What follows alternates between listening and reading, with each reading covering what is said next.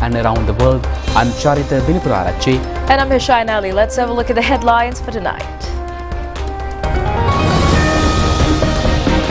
IMF approves its third tranche. Sri Lanka receives $336 million.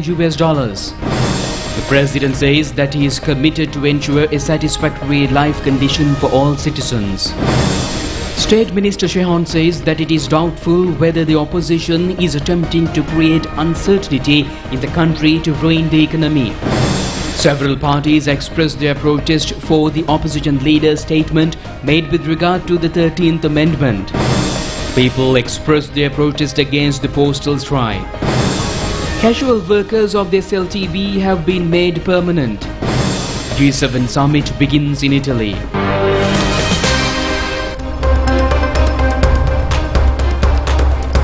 On to those and other stories in detail, and for local news, the Executive Board of the International Monetary Fund has approved the second review of the IMF Extended Fund Facility for Sri Lanka. And accordingly, Sri Lanka is to be offered with $336 million as a third tranche for the IMF fund facility. The International Monetary Fund Executive Board session was held in Washington yesterday. The IMF announced this morning that the relevant review for Sri Lanka has been approved. The IMF Extended Fund Facility was started on the 20th of March 2023 with the IMF Director Board approval. Accordingly, Sri Lanka will be provided with $3 billion fund facility within a period of 48 months.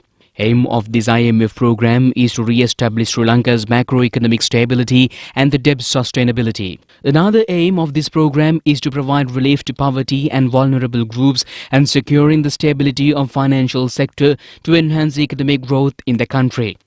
Approving the second review of Sri Lanka, Acting Chairman and Deputy Managing Director of the International Monetary Fund Executive Board, Kenji Okamura, said that Sri Lanka has reached to a strong economic position under this fund facility.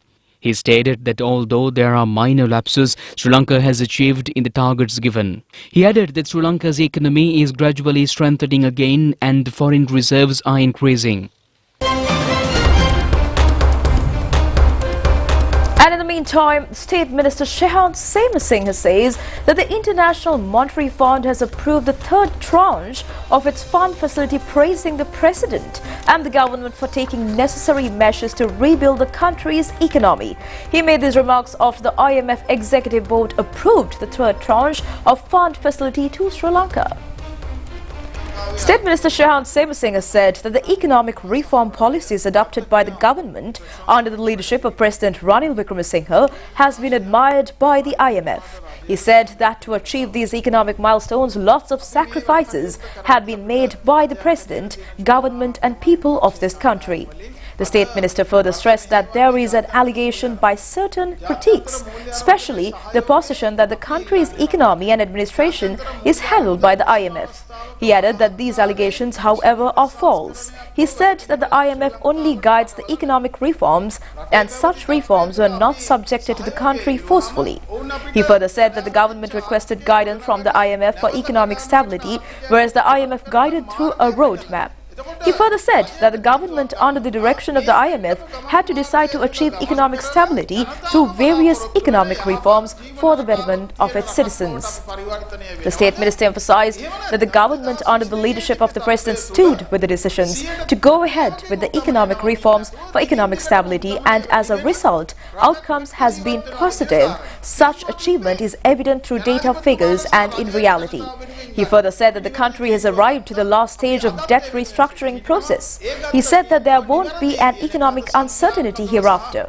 State Minister Singh highlighted that there is no alternative solution rather than proceeding with economic reforms and debt restructuring process with the guidance of the IMF. State Minister Ranjit Siambalapati said that this is a victory for the country and a positive message for entire community given by the IMF. The government clearly says that each fund facility received to the country will be spent on sustainable finance management. There is a priority sequence to spend the funds. The IMF has approved this program as the government has started a planned and significant journey forward. And for more news here at home, President Ranil Wickremesinghe says he will be committed to create a satisfactory life condition for all citizens and to accelerate development in the entire island. He made these remarks delivering the keynote address of the opening session of the SAARC Finance SAARC Central Bank Governors Conference, which started this morning in Colombo. The conference has been organized for the 45th occasion under the title of Central Banking Amidst Multiple Global Economic Challenges. The conference is to be held tomorrow as well. General Secretary of SAARC Gloma Sarwa, governors of central banks in SAARC countries and treasury secretaries were present at this conference. Addressing the gathering, the President stresses that he will never deviate from the democratic policies. The work we have been doing in the last 2 years, when a lot of people didn't expect Sri Lanka to come out of this crisis in 2 years. I was confident, and I am lucky that I had a team that was confident. I must acknowledge the role played by the Central Bank of Sri Lanka in guiding this through, especially in very difficult circumstances, in implementing and upholding policies which required a curb on expenditure, unknown in Sri Lanka for a long time. I must also here mention my thanks to the members of the Secretary and the members of the Ministry of Finance, who along with the Central Bank were responsible for formulating the policies and more so of facing all the pressure on budgetary restrictions, which the Central Bank didn't have to face. And I must also thank the government and the Reserve Bank of India and the government and the Central Bank of Bangladesh. That 3.5 billion and that 200 million was a lifesaver. 2009, by that time we ended a war, and before that we've also had expansive schemes like the Mahavali development schemes, which required money printing. We were 116 rupees to a dollar, and the IMF said there's a moderate risk of external debt distress. So what happened after 2009, when the war was over? And the Mahavali scheme had made us self-sufficient in rice, saving us foreign exchange. The free trade zones had ensured that our manufactured goods were going out, and we also had tourist industry. And that's the story, because in 2024 we were at 330. People expected it to go to 300 and to 400 rupees a dollar. Today it's at 300 rupees. So that's the story. Forgetting about 1949 or 78 or 2009, up to 2000, what happened between 2009 and 2024. So I need not tell you what exactly. The growth of the economy was more a job for a printer than for a central bank, or either we borrowed money or printed money. Fortunately, I was in a good position because my family had engaged in printing. And I thought there's an extent to which printing could go, and not beyond that. And the new Central Bank Act, which we have presented and which you all are aware, you will discuss it. As I need to say, the two main aims is to ensure monetary stability, and the basis that we are now attacking the root cause of it. The central bank cannot grant credit to the government. There are no way in which you can get loans. Neither can you print money, nor can you take it from the state bank. So let's start from the beginning. You are forced now to look at your revenue and how to raise your revenue. The second, of course, are the inflation targets. So we have three laws: the Central Bank Act, the Public Debt Management Bill, and the Public Finance Bill. Both will be passed by Parliament, which is the framework of our financial and monetary stability. So once we carry this through, certainly I can see Sri Lanka having stability after on monetary affairs and fiscal affairs for the next certainly decade or more. The second issue is corruption. Now, corruption has been an issue in Sri Lanka. Everyone talks of corruption and how to catch the crooks. No one tells us how to catch them. That's the problem. So my government had come to an agreement, discussed the matter with IMF. We also required their help, and we brought in the governance diagnostic report.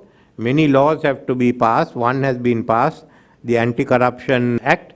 The second one, proceeds of crime legislation, is now being drafted to be sent to Parliament. Series of other laws that are required, and by 2025 we will have the strongest anti-corruption system in South Asia, and even I think in Southeast Asia, exempting 1 or 2 countries. The SAARC region is crucial to the global economy for several reasons. Some of the world's largest and fastest growing economic powerhouses are in the SAARC region. Several SAARC countries have experienced robust economic growth over the past few decades. The region is home to approximately a quarter of the world's population, with a growing middle class, making it a massive market for goods and services and a significant labor pool for global industry. In addition, the SAARC region's strategic location and economic diversity make it an important player in the global economy, while its resources, investment opportunities, and potential for technological innovation further enhance its significance. Therefore, changes to economic landscape in the SAARC region could have profound implications for the world economy. In the above context, the SAARC Finance Network could play a vital role in shaping the future of the SAARC region. As you know, SAARC Finance, the network of central bank governors and finance secretaries from the SAARC member countries, was initiated in 1998 as an outcome of the 10th SAARC Summit of the head of states held in Colombo, Sri Lanka in the same year. The basic objective of establishing this network is to share experiences on macroeconomic policy issues among member countries. In addition, SAARC Finance aims to enhance cooperation among SAARC central banks and finance ministries through staff exchanges, information sharing, and harmonizing banking practices while working towards an efficient regional payment system. It also focuses on studying global financial developments, undertaking capacity development initiatives, and promoting collaborative research on economic issues. Therefore, over the years, the SAARC Finance Network has significantly contributed to the financial integration and economic stability of the SAARC region, supporting broader goals of economic development and cooperation among member nations. In the meantime, State Minister Shehan Semasinghe says that it is doubtful whether the opposition is attempting to create uncertainty in the country to run or sabotage the economy. The State Minister made these comments in response to the allegations levelled against the government by the opposition with regard to the IMF deal. SJP parliamentarian Dr. Harsha De Silva said that the SJP has directly told the IMF that they will revise the program. The main reason is that there is no proper system to stabilize the country's economic process. Therefore, this economic journey cannot be made successful. Under the IMF recommendation, Sri Lanka should have 10% economic growth in each year. For this purpose, there should be changes in the IMF program. හැම අවුරුද්දම 10% ආර්ථික වර්ධනයක් ලබා ගැනීමේ වැඩපිළිවෙලක් පිළිබඳව තමයි අපි කතා කරන්නේ. එහෙමනම් මේ එකඟතාවය ඒ සඳහා අවශ්‍ය වෙනස්කම් කරන්න ඕනේ. මම කනගාටු වෙනවා මගේ මිත්‍ර State Minister Shehan Semasinghe said that it is regrettable that Harsha De Silva says that this will be approved and it is positive. However, he has also said that Sri Lankan government has made harmful agreements with the bondholders. As the government, we tell Harsha De Silva that no such harmful agreement has been made so far. The government will not sign such an agreement in the future as well. It is doubtful whether the opposition is attempting to run the economy by creating uncertainty in the country. The opposition may attempt to instigate terror at this moment. Several groups today expressed their positions in front of the opposition leader's office regarding the statement made by Sajith Premadasa that he would completely empower the 13th Amendment to the Constitution. These groups also handed over a letter in this connection to the opposition leader's office. The protest was held under the theme of the Alliance Against the Division of Sri Lanka, National Organisation Collective, Patriotic National Force, Second Generation, Civil Society Circle in Jaffna, All Sri Lanka Organisation, Citizens Power Against Bribery and Corruption, and many other organisations participated in this protest.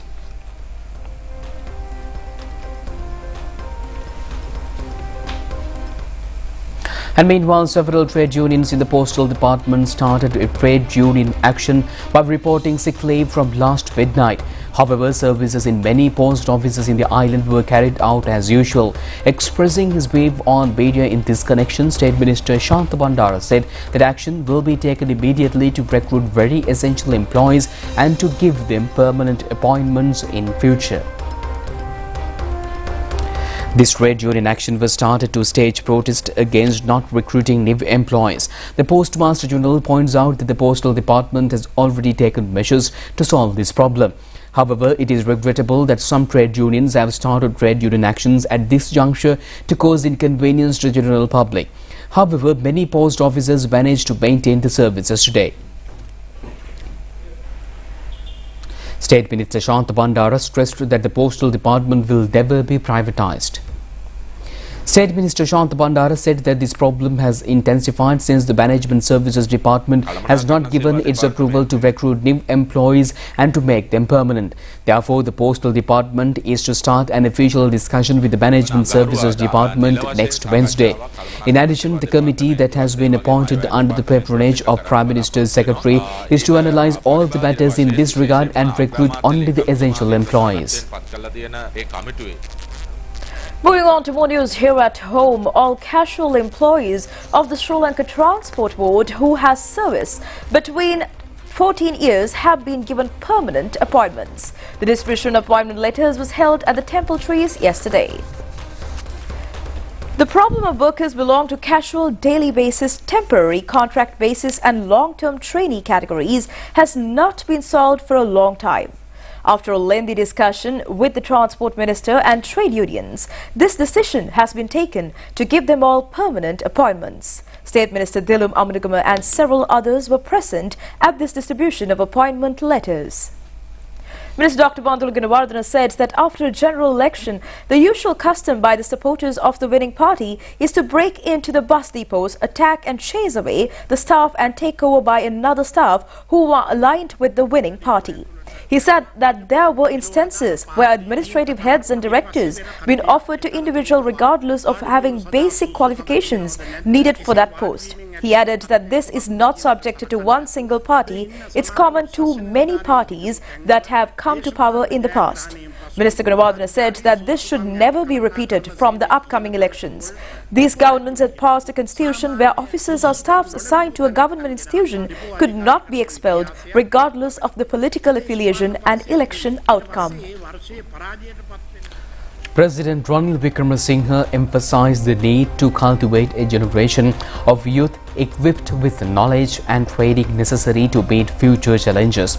President Wickremesinghe shared these thoughts during a meeting with the members of the National Youth Corps at the Presidential Secretariat yesterday. Chairman of the Youth Brigade Chaturangu Devatta, former Director of the Youth Corps Major General Channaguda Tilaka and several others were present at this occasion. President Ranil Wickremesinghe said that to ensure a prosperous future for youth, we must also focus on improving their income opportunities. He added that necessary steps should be taken to adopt the transformation the youth corps accordingly. He added that the young people prefer jobs with high income potential, so we must develop plans to create such opportunities. He said that the economic transformation laws has been introduced in Parliament to address this. He further said that by 2027, this law aims to reduce unemployment, and by 2035, it will establish several high-income employment sectors, paving the way for a developed state by 2048. The President said that the Youth Corps students here today will not even to be 50 years old in 2048, and we need to implement the programs to create a new economy for their future. He added that we should look to the development models of countries like Vietnam, Thailand and Malaysia, which are based on export economies. He said, therefore, our focus should be on building an export-based economy. He said that additionally we should concentrate on areas that can be developed rapidly. He further said that an urgent program should be implemented to advance sectors such as tourism, agriculture and information technology. The President said that it is essential to direct the Youth Corps students towards these areas.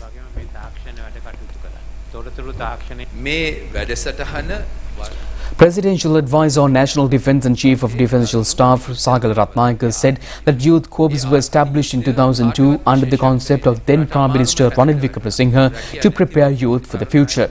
He said that the economic crisis, similar to the COVID pandemic that affected the country after 2020, did not differentiate between the wealthy and the poor. Everyone suffered equally. He added that during that time, no leader stepped forward to rescue the country from the crisis. He added that in response to this situation, the current President Ranil Wickremesinghe took charge and worked towards creating an inclusive economy. He said that also that he is striving to create job opportunities for the youth and design a program.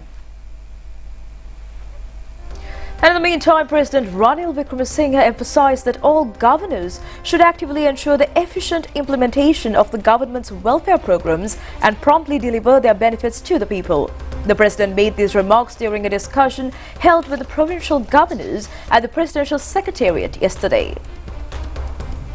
The meeting also included an extensive discussion on addressing the shortage of teachers at the provincial level and improving the efficiency of the Urumaya freehold land distribution program. The President highlighted the potential for improving the efficiency of the Urumaya freehold land deeds program by implementing mobile services and delegating authority to an additional group beyond the Grama Niladhari level. President Ranil Wickremesinghe also reminded divisional secretariats of their responsibility to engage the public and ensure they receive the benefits of this program. They widely discussed the teacher shortage existing at provincial level at present.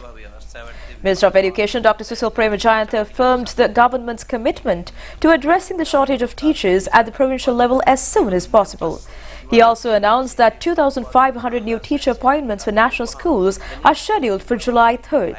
He said that arrangements have been made to recruit 2,100 teachers for subjects including chemistry, physics, biology, mathematics, technology and foreign languages, along with 500 teachers based on the results of the 2021 English Medium Advanced Diploma examination. The minister highlighted that these appointments will significantly reduce teacher vacancies in national schools. Additionally, to address the shortage of English medium teachers, the minister announced that retired English medium teachers are invited to apply for contract-based positions. University Grants Commission informs that the Students' Guide has been issued and the students who have qualified for university entrance are able to apply for this. Chairman of the UGC, Professor Sampath Amaratunga, says that the relevant applications can be sent through the UGC website online from tomorrow. Chairman of the University Grants Commission, Professor Sampath Amaratunga, said that students should read out the handbook carefully and fill the application without any error. The applications can be sent online from tomorrow morning to the 5th of next month. A period of 3 weeks is available for them to send their applications. And stay tuned with international news after this break.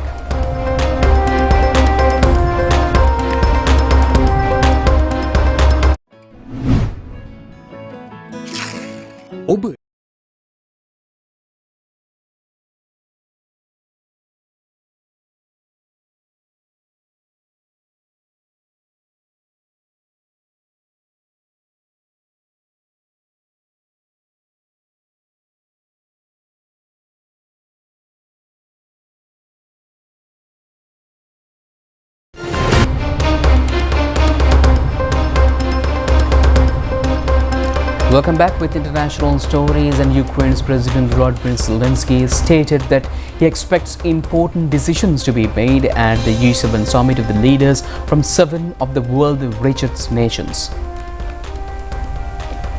The G7 nations of Canada, France, Germany, Italy, Japan and the United Kingdom and United States have been important financial and military supporters of Ukraine since Russia's full-scale invasion in 2022.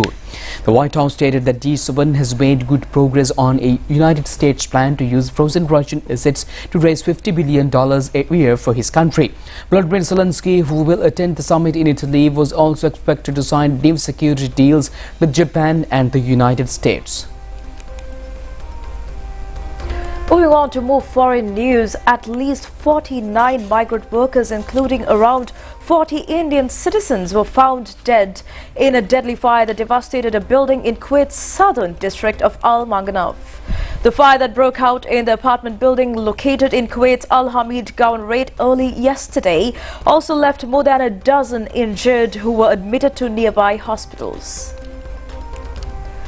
Prime Minister Narendra Modi and External Affairs Minister S. Jaishankar expressed shock over the incident, and Congress leader Rahul Gandhi expressed serious concern about the condition of the Indians in the Gulf region. Prime Minister Narendra Modi held a review meeting yesterday evening about the condition of the affected Indians in Kuwait. Furthermore, he deputed Minister of the State for External Affairs, Kirtiwardhan Singh, to oversee the help being rendered to the injured and to bring back the remains of the Indians who perished in the incident.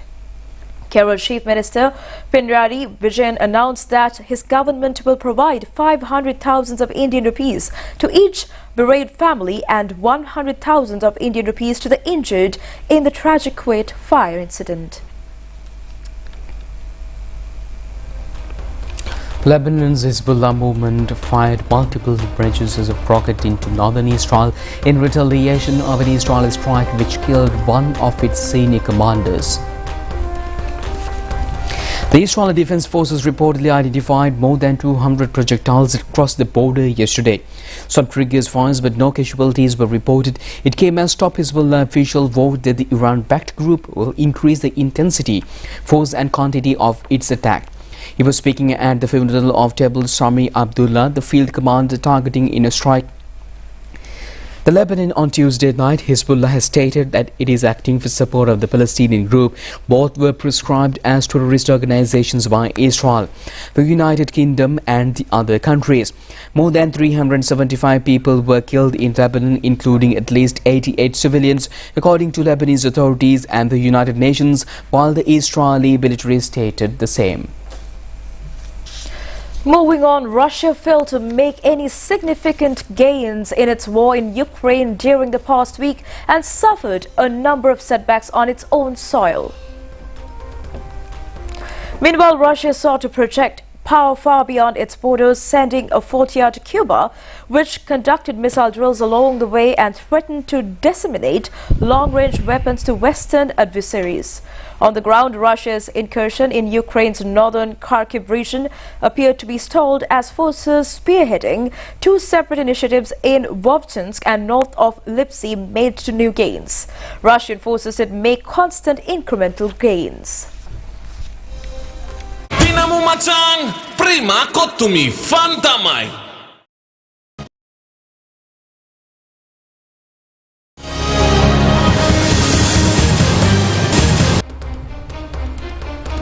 And moving on to sports news for today, India and West Indies teams have qualified to Super 8 round of the T20 World Cup cricket tournament, and India beat the USA team by 7 wickets to have this qualification. The match was played in New York, and this is the first match between the two teams. Batting first, USA scored 110 runs for 8 wickets in their 20 overs. Harshdeep Singh claimed for USA wickets with 9 runs. In reply, India passed the wicket target in 18.2 overs for 3 wickets, and Surya Kumar Yadav scored 50 runs not out. West Indies. That's up in the air, the wrist wedding.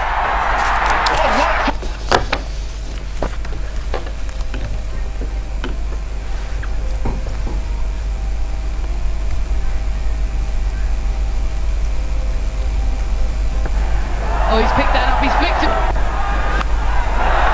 Gets over this one. Strength in it. West Indies won by 13 runs in the match against New Zealand. The match was played in Tarouba grounds in West Indies.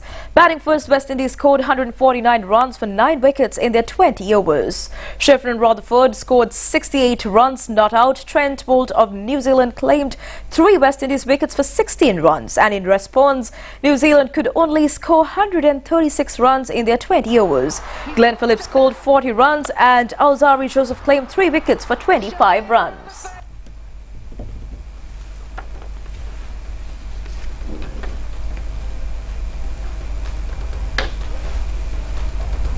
Pinamu macang, prima kotumi fantamai. And with that, we conclude tonight's news. Join us tomorrow at the very same time. I'm Charita signing with Hesha. Stay safe. Good night.